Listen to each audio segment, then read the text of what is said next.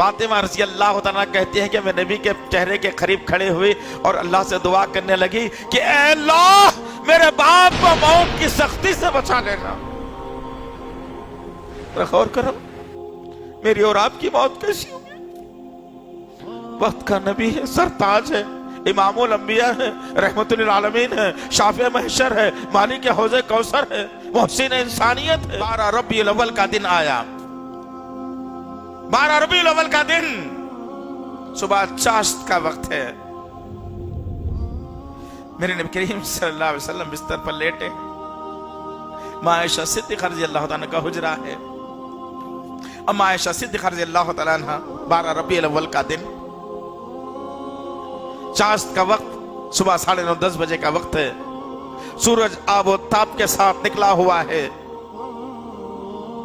ایک طرف دیکھا گیا کہ اللہ کے نبی صلی اللہ علیہ وسلم لیٹے ہوئے ہیں، غروب کی تاری ہے، چند لمحوں میں میرا نبی رفیق اعلیٰ سے ملنے والا ہے، ہمیشہ کے لیے اس کائنات کو چھوڑ کر جانے والا ہے۔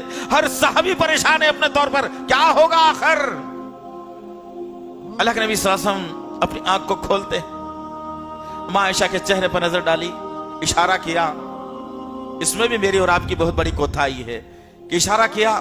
ماں عائشہ کہتی ہیں کہ میں نے اشارے کو نبی کے سمجھ گئی اور میں نے مسواک اٹھایا اور اللہ کے نبی کو دیا، تو وہ نبی جو کل تک جس کی شان و شوکت بڑا عالی تھی، لیکن آج موت کے شکنجے میں جکڑ جانے والے ہیں۔ 12 ربیع الاول کا دن ہے، اب آپ کے دندان مبارک سے آپ کو جو مسواک چبانے کی بھی طاقت نہیں رہی۔ ماں عائشہ کہتی ہیں کہ میں نے مسواک کو لیا، اپنے منہ میں ڈالا اور میں نے اس کو چبا دیا اور نرم کر کے نبی کو جب دیا تو نبی نے مسواک کو جو ہے نا چبانا شروع کیا، اور میں خوش ہو گئی اپنے طور پر کہ آخری وقت میں اللہ تعالیٰ نے میرے اور نبی کے تھوک کو ایک جگہ ملا دیا۔ الحمدللہ، یہ کیسی خوشیاں تھی ان کی، ذرا غور کرو تم۔ اتنے میں فاطمہ رضی اللہ تعالیٰ عنہ آتی ہیں اور اللہ کے نبی صلی اللہ علیہ وسلم اشارہ کر کے قریب بلایا اور کان میں کچھ کہتے ہیں تو فاطمہ رضی اللہ تعالیٰ عنہ رونا شروع کر دیتی ہیں۔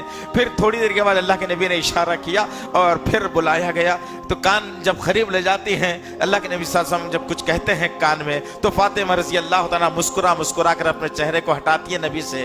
بعد میں لوگوں نے پوچھا کہ پہلے رونے کا مقصد کیا تھا، بعد میں ہنسنے کا مقصد کیا تھا؟ پہلے رونے کا مقصد فاطمہ رضی اللہ تعالیٰ نے بتایا کہ ابھی کچھ ہی دیر میں بیٹی فرشتہ موت کا آئے گا اور مجھے ہمیشہ کے لیے تم سے جدا کر کے لے جائے گا، تو میں رونے لگی کہ ابا جان سے جدائی کا وقت آ گیا ہے۔ پھر اللہ کے نبی نے مجھے بشارت دی اور کہا بیٹی ہم تو جا رہے ہیں، ہمارے پیچھے جلدی آنے والوں میں تمہارا شمار ہے۔ میں جب یہ بات کو سنتی ہوں تو میں مسکرا دیتی ہوں۔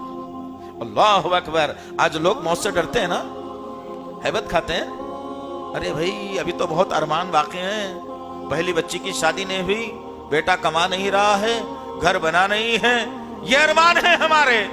اللہ اکبر۔ ہمیشہ موت کو نگاہوں کے ساتھ میں رکھو، موت کو ہمیشہ اپنے ساتھ چپکا کے رکھو، انشاءاللہ پھر دنیا میں ڈنکا تمہارا ہی بجے گا انشاءاللہ۔ غرض کہنے کا مقصد یہ ہے، وقت وہ بھی آ گیا کہ اللہ کے نبی صلی اللہ علیہ وسلم کے جسم سے روح کو دھیرے دھیرے پرواز کیا جانے لگا۔ جب ملک الموت اللہ کے نبی کے جسم اطہر سے جو ہے روح کو قبض کر رہی ہے، جس سے اللہ کے نبی صلی اللہ علیہ وسلم کی زبان نبوت سے، منہ سے آواز نکل رہی ہے کرہانے کی۔ غور کرو میرے عزیزان محترم، موت کس کو کہا جاتا ہے؟ اللہ کے نبی صلی اللہ علیہ وسلم پر موت کو آسان کر دیا گیا، اور وہ موت ہے جو نبی کو تکلیف سے نکل رہی ہے۔ اللہ کے نبی کرا رہے ہیں، آواز کبھی کبھی تیز نکلتی ہے۔ فاطمہ رضی اللہ تعالیٰ کہتی ہیں کہ میں نبی کے چہرے کے قریب کھڑے ہوئی اور اللہ سے دعا کرنے لگی کہ اے اللہ میرے باپ کو موت کی سختی سے بچا لینا۔ غور کرو میری اور آپ کی موت کیسی ہوگی؟ وقت کا نبی ہے، سرتاج ہے، امام الانبیاء ہے، رحمت للعالمین ہے، شافع محشر ہے، مالک حوض کوثر ہے، محسن انسانیت ہے۔